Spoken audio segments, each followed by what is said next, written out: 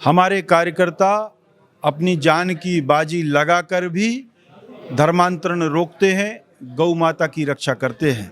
यानी मध्य प्रदेश सरकार ने कानून बनाया, ये भी विश्व हिंदू परिषद की पहल पर बनाया। विश्व हिंदू परिषद ने पहल की थी तो सरकार ने उस पहल को स्वीकार किया।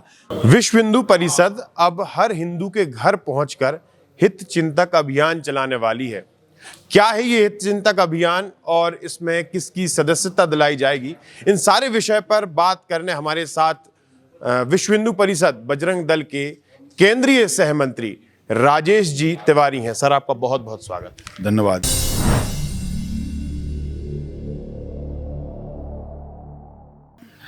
सर, हित चिंतक अभियान क्या है और इसकी क्या जरूरत है?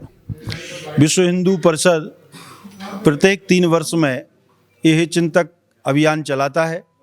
ये हित चिंतक एक तरह से हमारा सदस्यता अभियान है और इसी में से हमको नए कार्यकर्ता मिलते हैं, हमारी नई इकाइयाँ बनती हैं, हम नए क्षेत्र में पहुंचते हैं, नए मोहल्लों में और नए गांव में हमारी समितियां खड़ी होती हैं, जो हमारी समिति राष्ट्र धर्म की रक्षा के लिए कार्य में सक्रियता रखती हैं।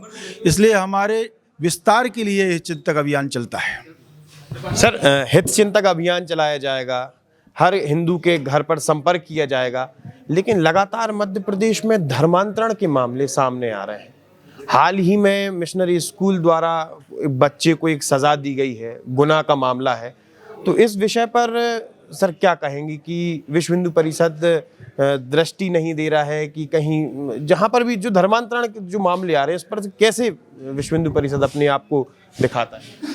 विश्व हिंदू परिषद के संज्ञान में अगर कोई ऐसा मुद्दा आता है, हमारे कार्यकर्ता अपनी जान की बाजी लगाकर भी धर्मांतरण रोकते हैं, गौ माता की रक्षा करते हैं। और जहाँ जहाँ भी ये विषय आता है तो सबसे पहले ज्ञापन देना, धरना देना, जांच करवाना, प्रदर्शन करना और जांच में अगर सत्यता पाई जाए तो उनको सजा दिलाने तक। यानी मध्य प्रदेश सरकार ने कानून बनाया, ये भी विश्व हिंदू परिषद की पहल पर बनाया।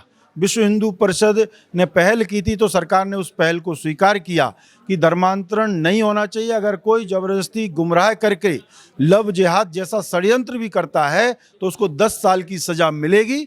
इसलिए विश्व हिंदू परिषद इस मुद्दे पर कहीं कोई ढील नहीं बरतता, कड़ाई से पेश आता है और सब कोई धर्मांतरण कराने वाले लोग हैं उनको सज़ा मिले यहाँ तक पीछे पड़ता है।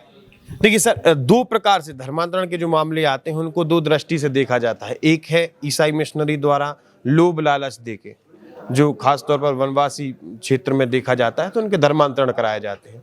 एक धर्मांतरण का मामला आता है लव जिहाद के नाम से, जहां पर प्रेम जाल में फंसाया जाता है, उसके बाद धोखा देके छोड़ दिया जाता है। इसको लेकर के कानून भी बना है, लेकिन कानून बनने के बावजूद भी मामलों की जो संख्या है वो पहले के मुकाबले बढ़ रही है और कानून के बाद लोगों में अभी तक डर पैदा नहीं हो पाया है। ये क्या स्थिति बन रही है?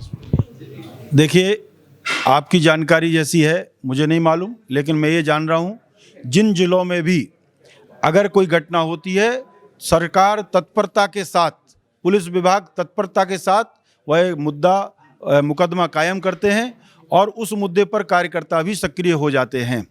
और मैं समझता हूँ कि सरकार की सक्रियता, समाज की सक्रियता और संगठन की सक्रियता के कारण अब ये सारे मुद्दे उजागर होने लगे हैं।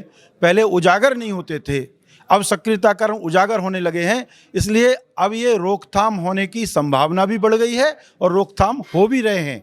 ऐसा अब कोई मुद्दा बचता नहीं है जहां ये संज्ञान में आया और कार्रवाई ना हो। मामला दर्ज होता है, संज्ञान में लिया जाता है, FIR दर्ज हुई है, लेकिन कुछ दिन बाद उन्हें बेल मिल जाती है, उनके और हौसले बुलंद हो जाते हैं। इस क्षेत्र में विश्व हिंदू परिषद और आगे क्या प्रयास करना है? देखिए, हमने पहले भी कहा, पहले ये 3 साल की सज़ा थी, उसको हम सब के सुझाव से सरकार ने 10 साल की सज़ा की और ये कड़ी से कड़ी सज़ा मिले और वो सज़ा सिर्फ उस संबंधित तक ना रहे, उसके सहयोगियों को भी मिले, चाहे वो पारिवारिक जन हो चाहे उसके मित्रगण हो। इसलिए ये कड़ी से कड़ी सजा मिलेगी, इसका भय व्याप्त होगा, ये घटनाएं रुकेंगी। देखिए, तो साफ तौर पर ये कहना है कि ये घटनाएं रुकेंगी। हमारे साथ विश्व हिंदू परिषद के केंद्रीय सहमंत्री राजेश तिवारी जी थे। उन्होंने साफ तौर पर कहा कि जो भी ये मामले आ रहे हैं इनमें कमी आई है, लेकिन जो और पहले कानून थे और उन कानूनों की अगर तुलना की जाए तो अब कठोरता देखी जाए तो ये बढ़ गई है।